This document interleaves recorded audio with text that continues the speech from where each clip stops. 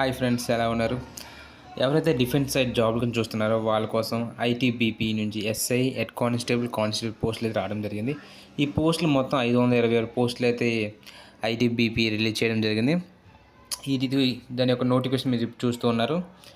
ఇందులో ఒకసారి application fee చూసుకుంటే జనరల్ వాళ్ళకి, నార్మల్ వాళ్ళకి, జనరల్ వాళ్ళకి అంటే ఓబీసీ కానీ, యూఆర్ క్యాండిడేట్స్, ఈడబ్ల్యూఎస్ క్యాండిడేట్స్కి 200, అలాగే ఎస్సీ ఎస్టీ క్యాండిడేట్స్ వాళ్ళకి 100 రూపీస్ ఉంటుంది.